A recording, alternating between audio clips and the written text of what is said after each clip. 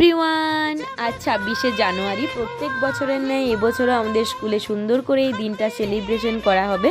তো তার জন্য আমরা সকল স্টুডেন্ট মিলে আজকে শাড়ি পরেছি, লাল পাড় সাদা শাড়ি। তো তারপর সেজে গুজে আমরা চলে এসেছি স্কুলে।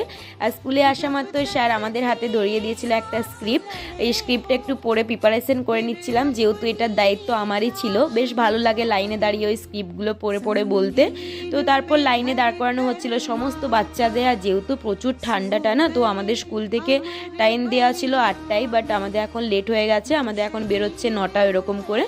যাই হোক, তারপর আমরা সবাই মিলে বেরিয়েছি। আর এই দিনটা আমাদের সকল স্কুল স্টুডেন্ট বলো বা আদার সবাইকার কাছে গুরুত্বপূর্ণ, বাট স্কুল স্টুডেন্টদের কাছে একটু বেশি ভালো লাগে। এই রেলি বের হয়, এই ব্যাপারগুলো, আমরা মেয়েরা সব শাড়ি পরি, খুব ভালো লাগে। তাই এসে আমরা পতাকা উত্তোলন হলো, তো আমি একটু ফুল দিয়ে নিচ্ছিলাম, প্রণাম করে নিচ্ছিলাম।